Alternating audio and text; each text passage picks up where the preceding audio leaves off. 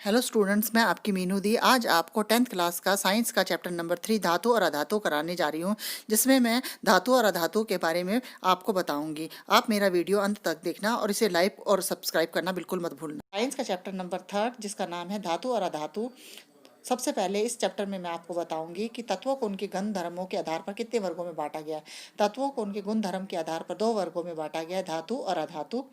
धातुओं के कुछ उदाहरण इस प्रकार है: आयरन, एल्युमिनियम, चांदी, कॉपर। और अधातु के उदाहरण है हाइड्रोजन, नाइट्रोजन, सल्फर और ऑक्सीजन। अधातु में ज़्यादातर गैसें आती है, ज़्यादातर। अब मैं आपको भौतिक गुण धर्मों के आधार पर धातु और अधातु में अंतर बताऊंगी। नंबर 1, धात्विक चमक।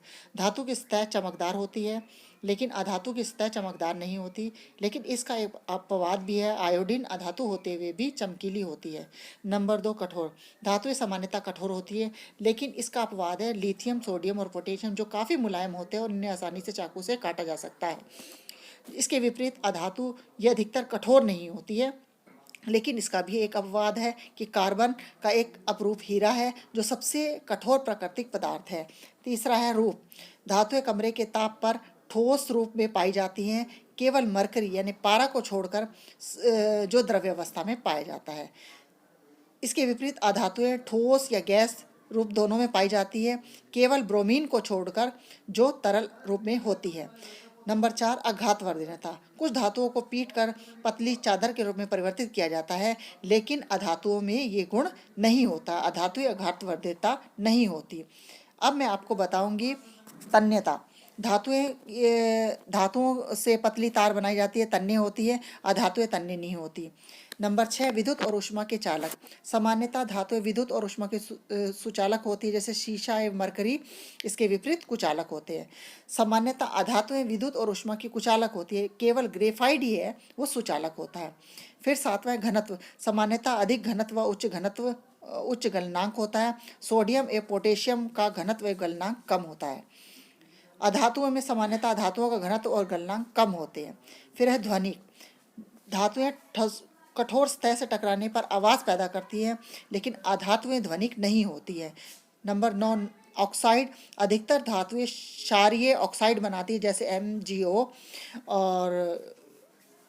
और मैग्नीशियम, जिसे कहते हैं मैग्नीशियम ऑक्साइड। अधातुएं अम्लीय ऑक्साइड बनाती है, जैसे SO2 बनाती हैं। तो ये था हमारा भौतिक गुणधर्मों के आधार पर धातुओं और अधातुओं में अंतर। अब मैं आपको धातुओं के रासायनिक गुणधर्म बताऊंगी। धातुएं वायु के साथ अभिक्रिया करके, अगर धातुएं ऑक्सीजन के साथ अभिक्रिया करके धातु ऑक्साइड बनाती है, जैसे धातु प्लस ऑक्सीजन धातु ऑक्साइड। उदाहरण 2Cu + O2 एरो 2CuO यानी कॉपर ऑक्साइड, जिसका कलर काला होता है। अब दूसरा है 4Al + 3O2 एरो 2Al2O3। इस तरह ये धातुएं वायु में ऑक्सीजन होती है और धातुएं ऑक्सीजन के साथ जुड़कर धातु ऑक्साइड बनाती हैं।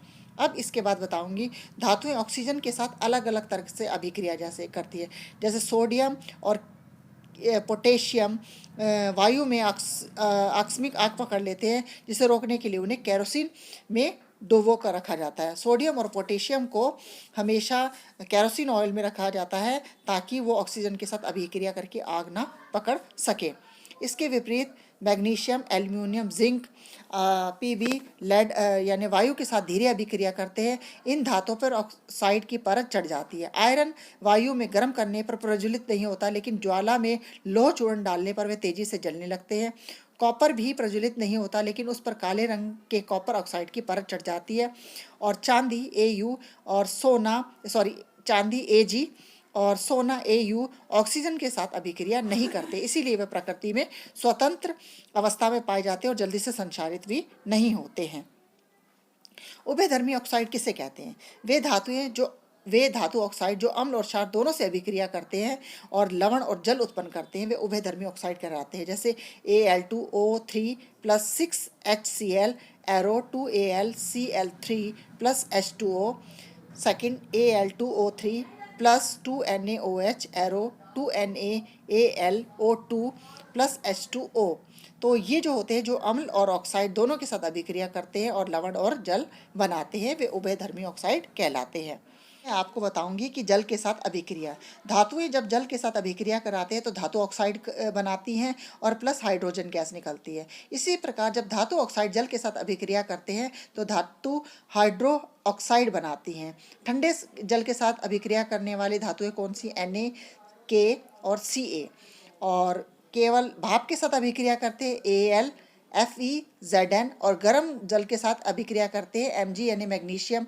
और जो धातुएं जल के साथ अभिक्रिया नहीं करते वो है Pb, Cu, Au, Ag। और जो धातुएं CaMg जल के साथ अभिक्रिया करने पर तैरने लगती है क्योंकि हाइड्रोजन गैस के बुलबुले धातु के साथ चिपक जाते हैं। ठीक है, अब मैं आपको बताऊंगी कि धातुओं की अन्य धातु लवणों के साथ अभिक्रिया। धातु का लवण विलयन खा से जब अभिक्रिया करती है तो लवण विलयन का बनता है और धातु बनती है। अब इसके बाद मैं आपको बताऊंगी कि अधिक अभिक्रियाशील धातुएं अपने से कम क्रियाशील धातुओं को उनके यौगिक के विलयन से विस्थापित कर देती है। यह ऐसा क्यों होता है? ये धातुओं की सक्रियता श्रेणी पर आधारित होता है। तो सक्रिय श्रेणी क्या कहलाती है? वह सूची जिसमें धातुओं को उनकी सक्रियता के आधार पर, क्रियाशीलता के आधार पर उनको अवरोही क्रम में अवस्थित किया जाता है, यानी सबसे पहले अधिक क्रियाशील, फिर उससे कम क्रियाशील और सबसे नीचे सबसे कम क्रियाशील में। सबसे ऊपर क्रियाशील में है के, Na, Ca, Mg और घटते में Al, Zn, Fe और सबसे कम क्रियाशील Pb धातु है। तो ये था मेरा आज का वीडियो। आपको कैसा लगा? इसे अंत तक देखना और इसे लाइक और सब्सक्राइब करना बिल्कुल मत भूलना। धन्यवाद।